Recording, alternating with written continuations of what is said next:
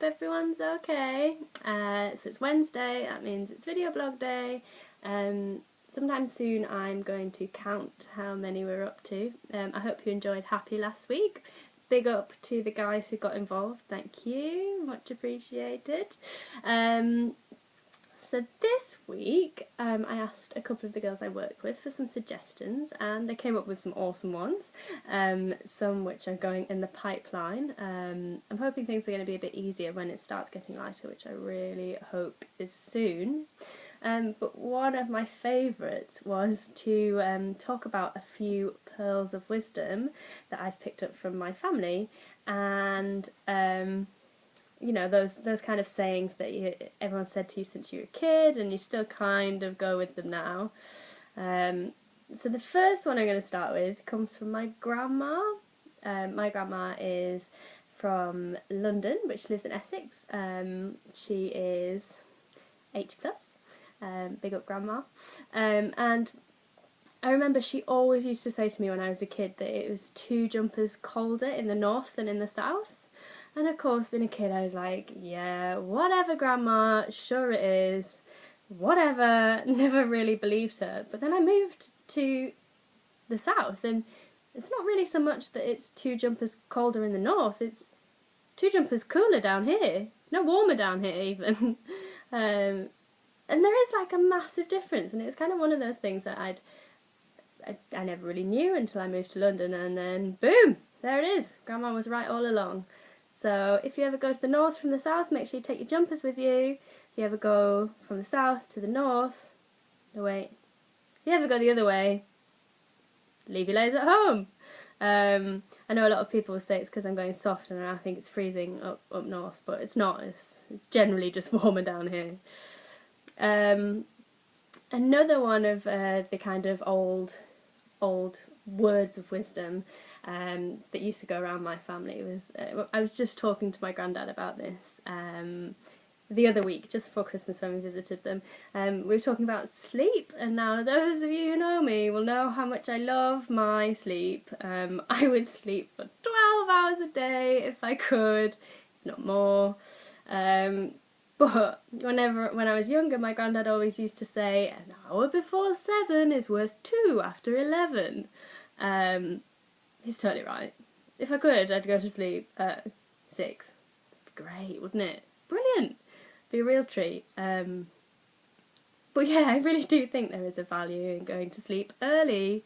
Not necessarily before 7, but definitely before 11. I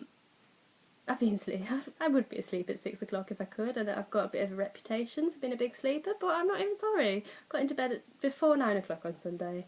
I wasn't even sorry. Another classic this is one that came from both my mum and my dad, but I kind of associate this more with my mum, and it was the kind of classic of I want never gets. Who hasn't said that to a kid, right? Pretty sure I've said it to my nephew on many occasions, and I'm pretty sure it's like a fairly common one that is said regularly in families. Yeah, and it's a real good message to get out there straight away. I want never gets, because if you've got kids going, I want, there's nothing more annoying.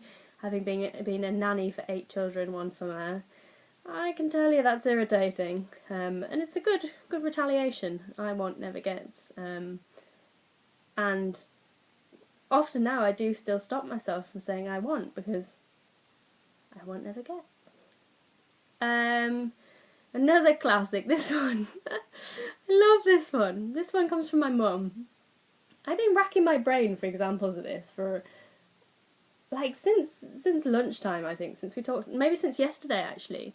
My mum always says, and I know that this is going to be offensive to some people, my mum always says never trust a man with 2 first names. She also says never trust a man in a short sleeve shirt, but she is married to a man who wears short sleeve shirts quite a lot, so maybe that one's not right. But the man, never trust a man with 2 first names, and that's like kind of, you don't trust a guy who's called Jack James, or you don't trust a guy who's called John Adams, say. Not really sure where that one comes from. and I'm always a bit sceptical of it because one of my closest friends' dads is called John James and he's a pretty stellar guy. So maybe we'll just pop that one on the shelf, leave it there, because I don't know if that's necessarily true. And it's judging people very quickly, which isn't a good idea. I'm just going to do 2 more real quick. This one, again, is from Papa Perk, who, by the way, also signed up with me for the Great London Swim. So we're both swimming a mile in the Thames in August. Terror, but massive thanks to Dad for doing it with me. Big thumbs up. But yeah, my dad always used to say to me, and this is still something I often can be heard to say, and I feel like I'm a geriatric old woman when I say it, but it's procrastination is the thief of time. Obviously Dad doesn't say it like that. Sorry. But yeah, the idea that putting things off is just wasting your time, and really that's like kind of true and obvious, but it's something that we forget, I think. So yeah, remember, procrastination is the thief of time. Top tip from Dad. And lastly, this one is also from my dad. I don't even know where this came from, and it's something that has stayed with me and is continually used even now. I'm 25 years old. This must have been going on for like at least 11 or 12 years. So my dad's top tip, I think, for life, I think this could be his like top piece of information, top advice. You're going to think it's going to be really profound, but I'm not sure it is that profound. But it means quite a lot to me, and it's when he says, "Don't drive no ugly truck." And this started like, I was, I think, 13 or 14, and I think it was when I was in a school play, and basically it's my dad's way of saying good luck to me. Even now, like, when I went for my job interview for the job I've got now, he texts me saying, "Don't drive no ugly truck." On the first day of uni, he texts me saying, "What are you not going to do? Drive no ugly truck." And it's just a kind of, I don't even know, it's just a motto for life. So yeah, there you have it, a couple of Perkis family wisdoms, if you like, Perkis tie, from all over the show really. I'm sure there's a whole bunch more that I could have thought of as well, but I didn't. But I really like this idea, this is great, so thanks so much Jane for the idea. Keep them coming. If you've got any ideas for what you want for video blogs, I would really like to hear them. Cannot stress that enough. I would really like to hear them. So just another quick update. As I mentioned, me and Dad have signed up for the Great London Swim. I can sign up for the colour run from the 31st of January, which is really exciting. That's on the 1st of June. Trying to set a date for the Circle Line Challenge. It's looking like it's going to be February. Jaffa Cake Challenge to be done by the end of the month. I'll expose you.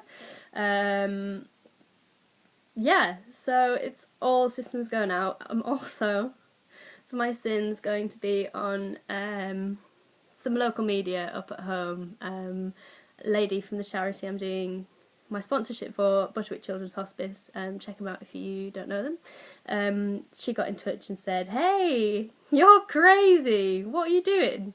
But here, let's like put it out there and help to raise your £500 target." So, oh, I also set up a Just Giving page this month as well, so I'm going to post a link on the bottom of my blog and then stick in the sidebar if I can as well. Yeah, I really feel like it's all systems go now. Exciting! Oh, I've started running too, but another update about that another time. Maybe I'll write that one. Okay, big up. Peace out.